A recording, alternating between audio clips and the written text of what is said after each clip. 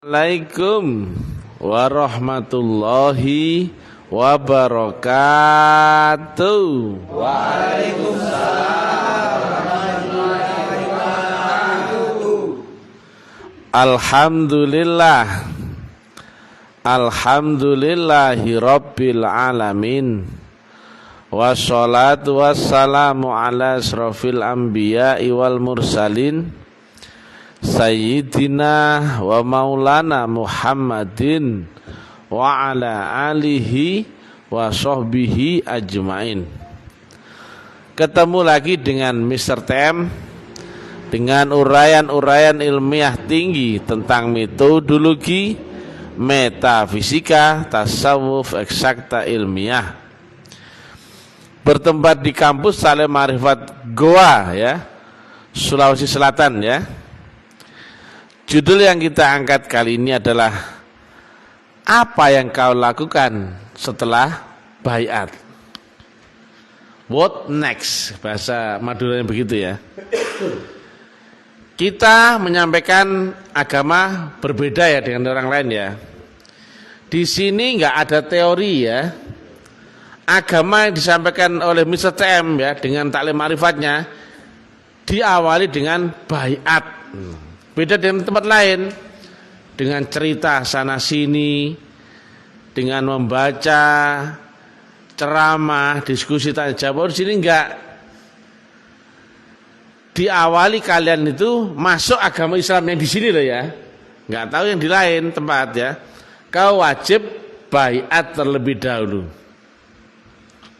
Dan ternyata ini yang diajarkan Rasulullah ya. Semua Rasul, Rasul Isa, Rasul Musa, Rasul Nuh, Rasul Ibrahim semuanya lewat baiat. Walaupun dulu disebut baptis, inisiasi ya, kalau Hindu Buddha inisiasi ya. Nah, sekarang ini agama menjadi rusak ya. Orang nggak tahu baiat ya, taunya teori, membaca, kemudian menghafal, menafsiri dan sebagainya. Jadi baiat itu syarat mutlak kau ketemu metodologi agama. Baiat itu bisa kita dapat keterangannya di Asy-Syura 52 ya. Dan demikianlah kami wahyukan kepadamu Quran atas perintah kami yang sebelumnya kau tidaklah mengerti apa itu kitab, tidak pula mengerti apa itu iman. Demikian ini keduanya kami jadikan nur dan kami tunjuki siapa yang kami kehendaki di antara hamba-hamba kami. Demikian juga diterangkan di dalam kisah ya. Nabi Muhammad pada malam itu dia dibelah dadanya, dicuci kolbunya, ditanamkanlah nur ke dalam kolbunya. Itu baiat. Nah, baiat sebagaimana Asy-Syura 52 itu portalnya masuk ke makom mulai dia beriman. Dan sebelum ini kau tidaklah mengerti kitab, tidaklah mengerti iman. Sebelum apa? Sebelum baiat. Maka perlakuan Allah kepada orang yang beriman akan berbeda dengan ya ayyuhan nas ya. Ya ayyuhalladzina amanu akan berbeda dengan ya ayyuhan nas, karena sudah dianggap orang beriman, orang yang sudah punya Rasul, orang yang punya sambungan akan Allah Ta'ala. Kalau ya ayyuhan nas masih diumbar, nggak ada perintah sholat, nggak ada perintah puasa, nggak ada ya. Perintah ibadah adalah bagi yang beriman. Ternyata siapa orang beriman? Orang yang dibaiat ya. Asy-Syura 52. Lantas bagaimana agamanya orang-orang yang nggak lewat baiat? Ya jelas nyasar ya. Tuhan nggak kenal dia, meskipun dinamai Habib, Syekh, Kiai, Ustadz, Gus, Buya, nggak ngerti dia ya. Makanya ya, jujur-jujuran saja ya, taklim ma'rifat menyampaikan agama diawali lewat baiat. Nah, baiat ini ada dua ya. Sebetulnya ya, saat baiat itu kau ketemu metodologi agama, yaitu syarat rukun dan caranya. Nah ini dia. Syaratnya apa dan bagaimana caranya itu wajib ya di dalam sebuah metodologi ya. Karena praktek agama itu nanti kita akan mengarungi alam rohmu yang disebut akhirat itu. Kau alami ya, bukan cerita. Sementara jika orang tidak memasuki alam akhirat, dia hanya dapat cerita, asumsi, dugaan, interpretasi, keyakinan, pengetahuan, tapi nggak ngalami ya. Nah bedanya kalian kalau di sini ya beragama Islamnya lewat baiat, kemudian kau alami baru ketemu pengetahuan, beda jauh ya. Nah setelah baiat kau ngapain? Silakan dibaca di surat Al-Maidah 35 ya. Wabtaghu ilaihil wasilah wajahidu fisabilihi la'allakum tuflihun. Carilah jalan wasilah untuk mendekatkan diri ke hadirat Allah Ta'ala ya. Jadi carilah jalan ya, wabtaghu ilaihil wasilah, jalan wasilah. Maksudnya ini adalah untuk mendekatkan diri ke hadirat Allah Ta'ala. Nah setelah itu kemudian wajahidu fisabilihi, berjuanglah sungguh-sungguh di jalan itu ya. Di jalan itu jalan mana? Jalan Sirotol Mustaqim, yang pengalamannya adalah berupa apa? Ayat-ayat qadim. Kau mengarungi proses kerohanian yang kau alami di dalam proses di balik dirimu sendiri. Nah jadi kau diperjalankan ya, dengan rohmu kau diperjalankan ya. Karena ya seluruh ayat di dalam mushaf, kitab itu di dalam dada ya. Jadi Quran itu di dalam dada ya, bukan di tulisan kertas. Maka jika Quran ditanamkan dalam kalbumu, membacanya nggak mungkin dengan panca indera dong, betul ya? Nah, demikian juga iman. Iman bukan di otak pemahaman kepalamu, nggak ada sama sekali. Iman bukan thinking, bukan keyakinan, pemahaman, pengetahuan, bukan. Iman adalah nur. Silakan dibaca di Asal 52. Nah berarti ini kau praktek memasuki dimensi akhirat ya. Kenapa? Kau masuk ke dalam diri rohmu. Ya kata Nabi, udkhulu fisilmi kafah. Maka kau menuju sejatinya dirimu ya. Yang jika kau kenal asal muasal rohmu, maka kau ketemu man arafa nafsah faqad arafa rabbah. Jadi setelah kau baiat, kau telah lewati metodologi, itu otomatis ya. Maka saya tanya yang sudah baiat ya, sudah tahu wujudnya Allah di dunia? Sudah. Yang keras, sudah tahu? Sudah. Sudah tahu caranya mengingat Allah? Sudah. Sudah tahu caranya sholat agar bisa nyambung akan Allah? Sudah. Sudah bisa bersaksi akan Allah yang wujud di dunia? Sudah. Loh enak aja. Liahnya, ini bahasa Indonesia bengkok ya. Liahnya nggak tahu ya. Orang praktek syahadat ternyata bunyinya apa? Mengucapkan. Keliru ya, sangat keliru, fatal ya. Demikian juga mengingat Allah, nggak akan bisa ya kalau nggak lewat metodologi. Karena apa? Yang kau ingat itu tidak serupa dengan apapun, siapapun, dan tidak pernah bisa kau bayangkan. Nggak terjangkau oleh panca inderamu, nggak mungkin bisa. Nah ini dia ya. Jadi agama itu dari Rasulullah Muhammad, Rasulullah Isa, Rasulullah Musa, ya seperti ini. Bukan seperti di masjid-masjid itu, delemeng nggak jelas, bukan ya. Nabi Muhammad nggak pernah mengajarkan syariat ya. Nabi Muhammad mengajarkan metodologi. Beda tipis ya. Kalau syariat toh itu teori, lah prakteknya bagaimana? Inilah sekarang ya. Miris ya, orang cinta surga neraka ditanya, kapan kau membutuhkan surga neraka? Wah itu nanti loh, kan aneh. Masya Allah, kita rindu kampung akhirat, dunia ini cuma sementara. Ditanya, kapan kau membutuhkan akhirat? Yuk nanti setelah mati. Aduh. Ayo kita lazimkan mengingat Allah, zikrullah. Takoni, apa yang kau ingat? Allah katanya. Apanya Allah yang kau ingat? Loh. Bingung, iya tak? Lah ini cuma cerita tok ya. Akal nggak mungkin bisa menebus akhirat ya. maka seluruh pengetahuan agama disampaikan lewat syariat teori, nggak akan bisa kau praktekkan jika tidak lewat metodologi. Kapan kau butuhkan akhirat? Mereka rame-rame menyampaikan akhirat itu nanti, betul nggak? Lah dulu kamu sebelum lahir kamu di mana? Ya di akhirat toh, betul nggak? Rohmu kemudian diturunkan ke dunia membawa badan kasar, jasmani. Rohmu kodim, akalmu jasmanimu baru diadakan. Lah, yang kodim pernah nggak hilang? Nggak pernah. Tapi yang baru dulu nggak ada, kemudian diadakan, besok akan ditiadakan kembali. Masa akhirat yang sudah kau dulu dari sana, kok katanya belum ada, loh. Betul nggak? Sebelum kau lahir, kamu tuh di akhirat, loh. Katanya kau akhirat belum ada. Secara waktu dunia saja, Nabi Muhammad sudah membuktikan ya di zaman 1500 tahun yang lalu. Demikian juga Nabi Isa, Nabi Musa, bahkan ada Nabi Idris ya. Demikian ketika dia masuk surga nggak mau keluar, itu ya segala macam ya cerita ya. Inilah ya kalau agama disampaikan dengan sebatas cerita, bukan menyampaikan dengan cara praktek. Keliru ya. Gak ada yang bisa praktek agama saat ini ya, jika tidak lewat metodologi. Baca di surat Al-Maidah 35 tadi ya, carilah jalan wasilah. Kalau nggak ketemu jalannya, bisa nggak nyambung? Kalau nggak ketemu wasilahnya, bisa nyambung. Satu paket ya.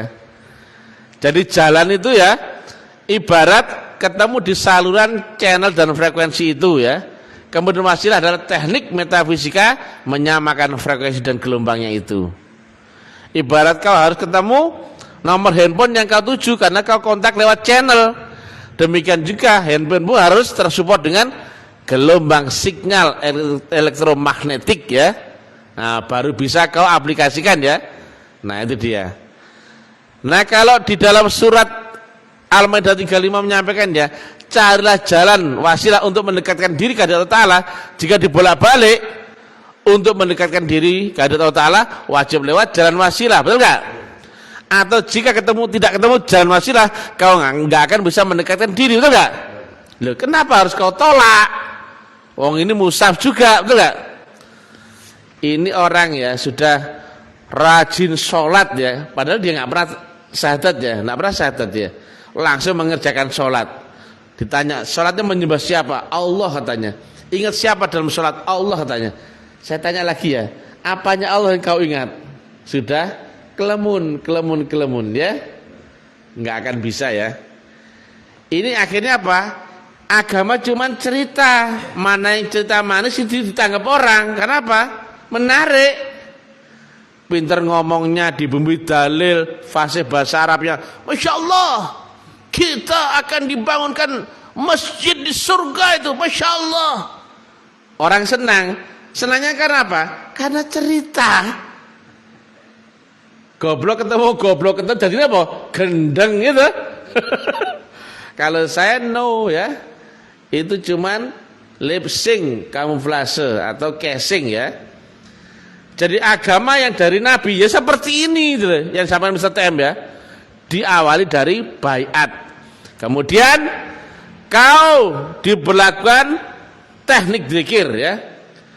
Makanya di dalam sejarah ya, pernah dengar nggak ada diceramakan di mimbar masjid ya?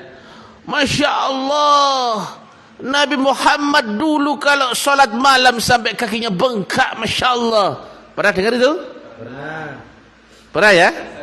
Nah, kira-kira ya, ini siapa yang gendeng kira-kira? Saya yang gendeng atau mereka yang gendeng ya? Kalau sholatnya Muhammad dengan Allahu Akbar, kemudian ruku, kemudian sampai sujud, artinya sholat dinamis. Kira-kira ya dengan sholat dinamis gitu, bisa nggak kakinya bengkak? Loh, nah ini dia ya. Berarti Nabi Muhammad saat itu sholatnya sholat statis atau sholat diam, betul nggak? Pada saat itu sholat Nabi masih sebatas sholat zikrullah di dalam duduk, betul nggak? Nah, orang syariat nggak tahu, orang cuma dapat cerita, makanya dugaan ya. Nah, kalau kamu berzikir ya setengah jam, 1 jam, 2 jam, kesemutan nggak kakimu?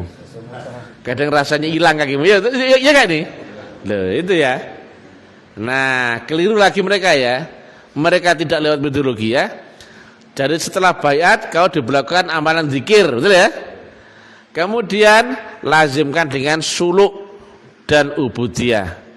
Tapi kau sudah punya kiblat akan Allah. Kau menyembah Allah di mana? Di dunia. Maka Tuhanmu di dunia apa di akhirat? Yang di dunia dong ya.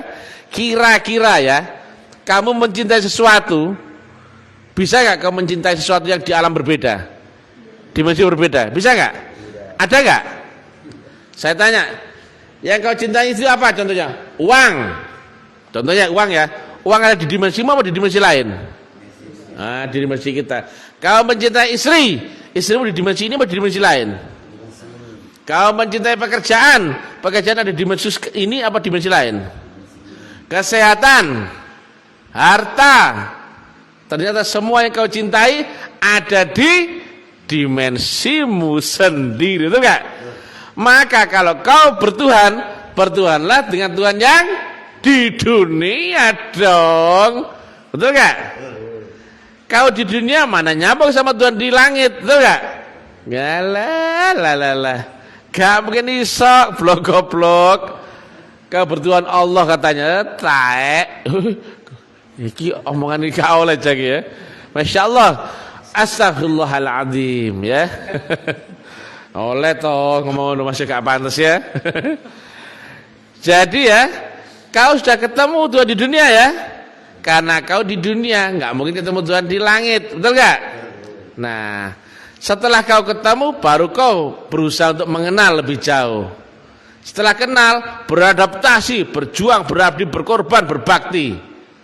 Nah, siapa yang kuat berbakti, maka dia ditumbuhkan cinta.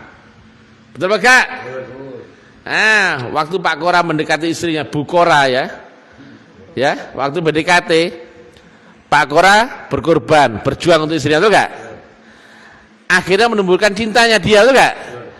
Dan setelah cinta pun tumbuh mulai berbakti, betul gak? Nah, berbakti dan cinta itu satu kesatuan ya, satu paket ya.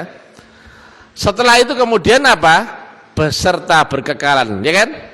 Menyamakan frekuensi dan gelombang total di situ, betul gak? Nah, sama seperti itu. Jadi kalau kau bertuhan dengan Tuhannya di ars, Tuhanmu masih angan-angan blok-blok karena kau masih apa? Di dunia. Nggak bisa membuktikan masuk roh, nggak bisa membuktikan akhirat, katanya nanti. Maka seluruh agamamu agama angan-angan blok-blok, ya betul. Nah, sekarang saya tanya, sudah ketemu Tuhan di dunia? Wujudnya apa? Manusia, ya kan? Jelas ya? Jelas. Karena apa? Tuhan itu apa sih kriterianya? Ayo. Gak usah kamu jauh-jauh. Apa sih kriteria Tuhan? Adalah apa yang kau cintai, yang kau tuju, alasanmu, harapanmu, orientasimu, pengabdianmu, pengorbananmu, baktimu kepada dia. Nah, ini dia. Jadi nggak mungkin kau menuhankan sesuatu saat kau di dunia, Tuhanmu di langit, nggak mungkin, ya. Tadi ya, semua yang kau cintai ternyata di dunia yang sama, betul nggak? Nah, anak, istri, harta, jabatan, kesehatan, betul nggak? Nah, mereka keliru ya, yang tidak pernah ketemu Tuhan di dunia, betul nggak? Ngimpi ketemu Tuhan di akhirat, betul nggak? Nah, setelah itu berbaktilah kepada Tuhanmu. Yang apa? Yang wujud. Gampang kan? Tapi dia bukan Tuhan loh ya. Yang wujudnya saja dia, ya kan? Haram ya. Menyembah manusia itu haram ya. Haram. Ya. Tapi ketika kau tahu ya, menghubungi seorang dengan HP itu bisa menjadi hubungan langsung, betul enggak? Yang kau pegang siapa? Handphone. Ngomong sama siapa dilihat orang? Handphone. Tapi tujuanmu ngomong sama di ujung, betul enggak? Dan itu sifatnya apa? Langsung, walaupun melewati berbagai macam kota. Demikian juga kau berhubungan dengan Allah lewat pembawa wasilah dengan wasilahnya. Walaupun kau melewati 7 lapis langit, hubunganmu langsung enggak? Yang kau pegang siapa? Gurumu, betul enggak? Yang kau hubungi siapa? Gurumu. Tapi karena ada teknik wasilah, kau berhubungan dengan Tuhan secara langsung. Jelas? Lalu siapa yang kau pegang? Gurumu. Kalau nggak ada HP, nggak ada support signal, nggak ada nomor tujuannya, bisa kau nyambung sama di tujuh sana?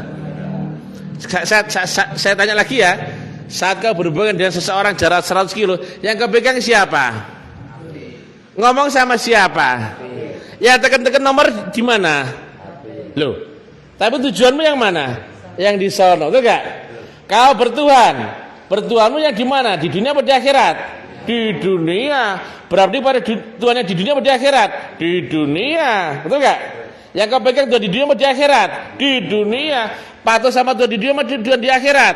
Di dunia. Semuanya yang kau pegang Tuhan di dunia, ya. Tapi kan ada teknik wasilah, maka hubunganmu langsung.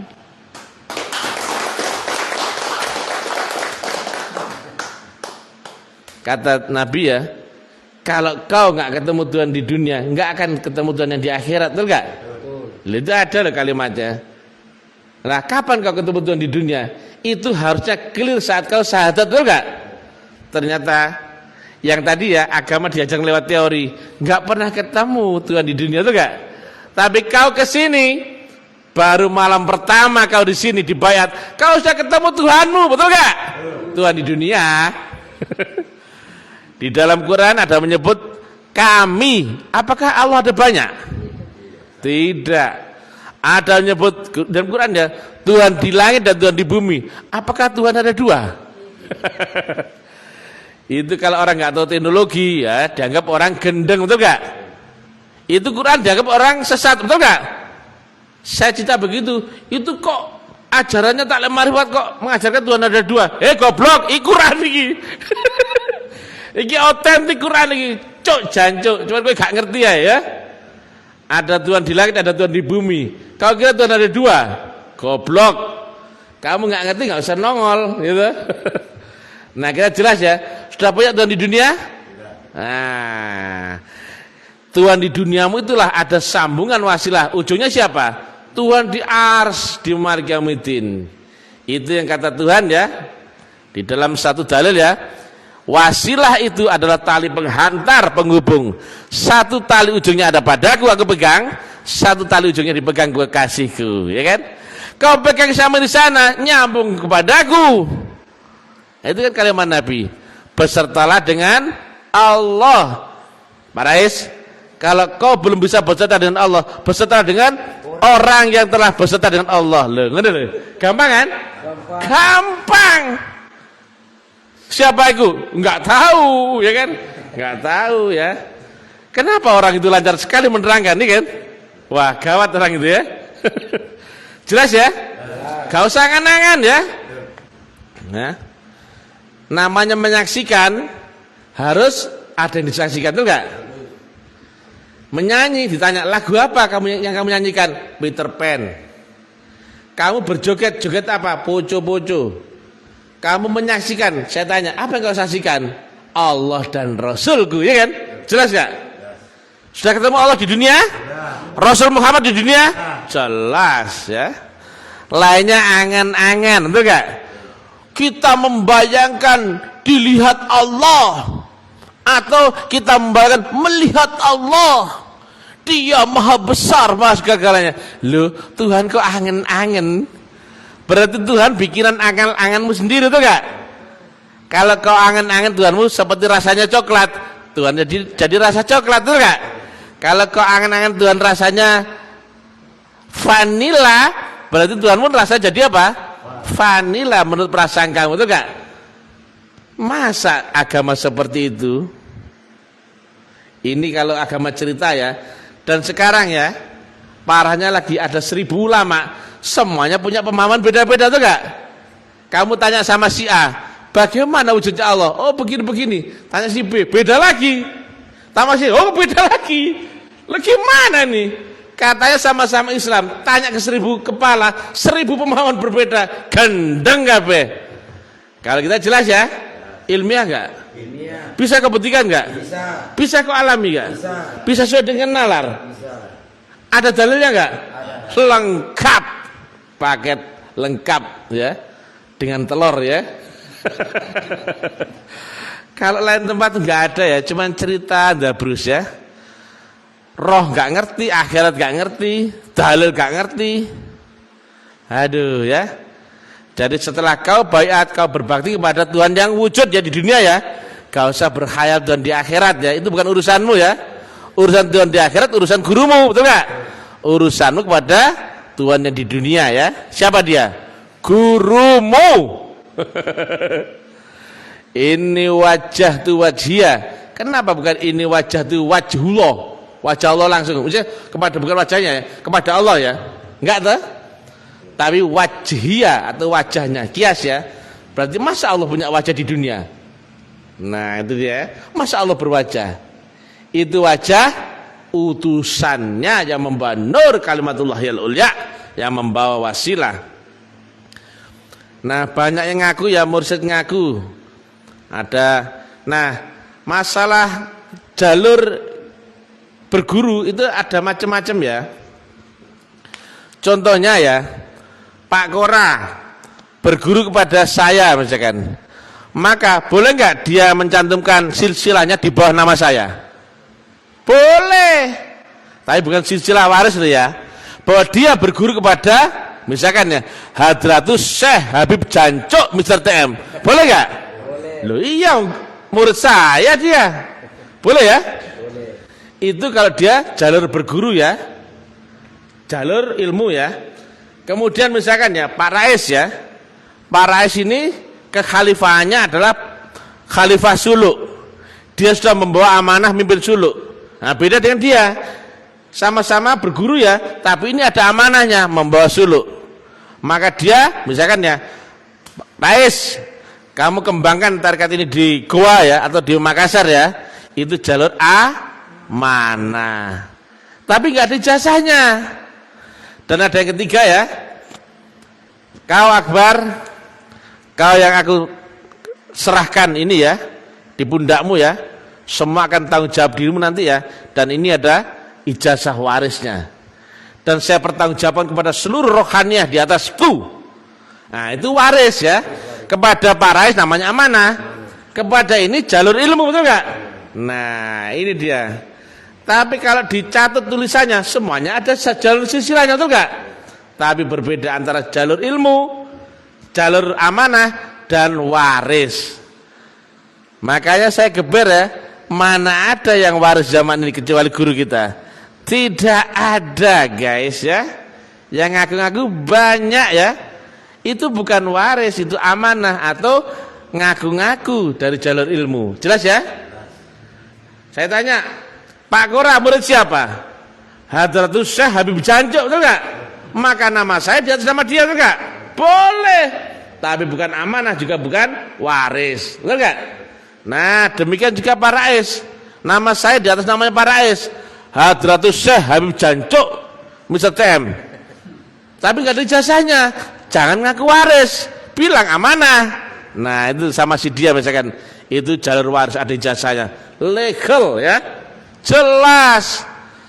Ini yang kacau kan, bukan waris ngaku waris, bajingan kamu ya. Kalau sama orang lain menarik, tapi kalau bisa TM, oh tak keplain dasmu ya. Janjuk kerojo bajingan, tai asu, tak keplain dasmu ya.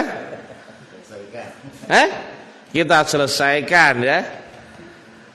Nah, jelas ya sekarang ya? Jelas. Nah, makanya ya, dari dulu Rasul-Rasul mengajarkan agama seperti ini, bukan cerita ya, bukan cerita ya. Demikian juga Qur'annya bukan Qur'an tulisan ya. Nabi mengajarkan membaca Qur'an qadim, ayat-ayat qadim. Lewat apa? Baiat. Dan setelah itu kau mengarungi kehidupan rohanimu yang kau alami di dunia ini. Wujudnya nyata ya. Kau nyebrang, kau mi'raj, kau membuktikan kubur, barzakh semuanya ya. Itu kau alami lewat ayat-ayat qadim ya. Kau masuk di dalam Quran itu.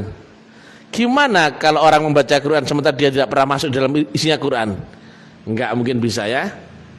Makanya di dalam surat Al-Baqarah ayat 6, kalau kau membaca mushaf tidak dengan nur, kau masuk golongan ahli kitab dan kau diancam dengan neraka Jahanam. Termasuk orang Kristen membaca Injil tidak dengan nur, Orang Buddha membaca kitabnya tidak dengan nur. Orang Islam membaca mushaf Quran tidak dengan nur. Semuanya ahli kitab dan diancam dengan neraka jahanam. Hindu hebat di zamannya, Buddha hebat di zamannya, Yahudi hebat di zamannya, Nasrani hebat di zamannya, Islam pun hebat di zamannya. Masalah sekarang, di manakah channel Tuhan yang ada? Tepuk tangan. Sekali lagi ya guys ya, semua agama samawi turun dari langit dari Tuhan lewat Rasulnya ya. Ada kitab, ada Rasul dan ada metodologi, semuanya hebat. Dulu channelnya dibawa oleh Nabi Musa, dulu channelnya dibawa oleh Rasul Nuh, Rasul Ibrahim, Rasul Isa, Rasul Muhammad. Sekarang pertanyaannya, channelnya Allah sekarang di manakah? Siapa yang membawa? Tepuk tangan. Kalau kau nggak ketemu channelnya, ibarat kau bertelepon, nggak tahu nomor teleponnya dan nggak ada sinyalnya. Goblok, gak bakal nyambung. Biarpun jungkir balik kau sholat, gak bakal nyambung. Kau nggak akan bisa ingat Allah, kau nggak akan ketemu Allah yang wujud di dunia ini.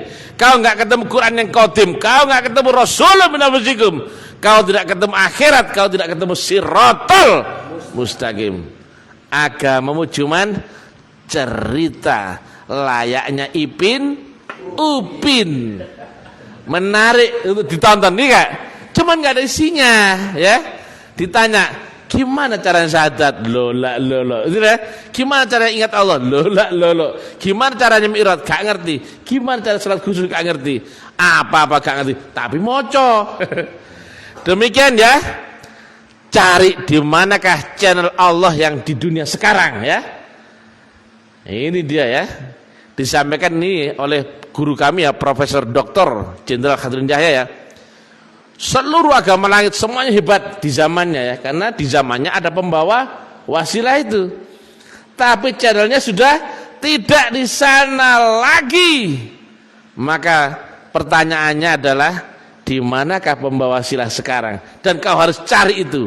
Baru kau ketemu ujungnya wasilah, yaitu Allahu subhanahu wa ta'ala. Tepuk tangan. Jelas, logis, masuk akal, dan tidak bisa dibantah. Sampai aku kudu ngising. Ya, demikian yang ngeri-ngeri sedap ya. Wong Hindu belajar mrene, kasah kaken pola ya. Buddha belajar rene ya. Kristen golek ana Roh Kudus mrene ya. Islam golek ana Rasulullah mrene ya. Gak usah sombong kowe, gak usah kemenyek ya, jujur ya. Ya, jujur ya. Mudah-mudahan umat mendapatkan petunjuk hidayah ya. Mudah-mudahan ulama-ulama yang menyesatkan umat dikubur di neraka jahanam selama-lamanya ya. Ya, mudah-mudahan ya. Anak turunnya dimatikan bangsat-bangsat dunia dan akhirat ya. Ben kapok sekalian ya. Mereka nggak mau jujur ya bahwa mereka sesat menyesatkan ya. Baru sadar gak ada yang ngerti ya. Mengingat Allah gak ada yang ngerti. Ternyata itu yang bisa menerangkan hanyalah Mr. TM yang brilliant bagai dan tidak sombong. Haleluya, puji Tuhan, suksma. Wassalamualaikum warahmatullahi wabarakatuh. Waalaikumsalam warahmatullahi wabarakatuh.